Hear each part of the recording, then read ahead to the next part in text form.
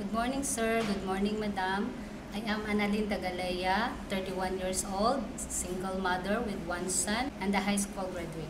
I would like to work in Hong Kong because I want to earn money to help my family and for the future of my son. Okay, Miss Dagalea, there are some questions for you to be answered. When the employer gets angry to your mistake and shout to you, what will you do? To calm down and say sorry and to promise not to do it again. Okay, if baby cries at midnight, what will you do? First, check the diaper. If already full, I will change it. Maybe the baby is hungry, I will give milk. And check also the temperature of the baby. Maybe the baby is sick. Okay, if children are very naughty and always shout to you and hit you, what will you do to them? Mostly of the children are naughty. I will teach them right and wrong, which good and bad. Feel them comfortable on me so that they can play with me. They can tell me also what they want or what they want to do. Okay, how you assist the children in crossing the street? Hold them tight, never leave them alone the street.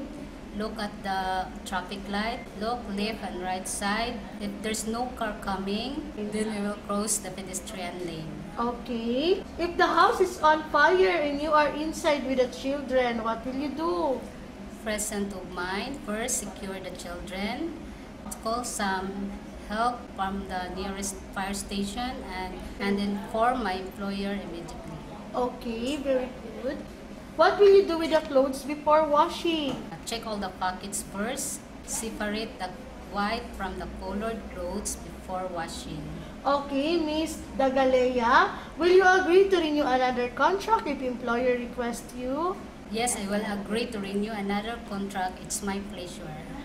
Okay, Miss Dagalea, what is your promise to your future employer if they will choose you to be their helper? Sir, madam, if you choose me to be your helper, I will promise to be a good servant. And one thing I can assure you, you can trust me.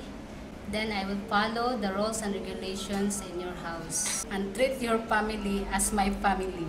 Thank you, sir, madam. Have a nice day.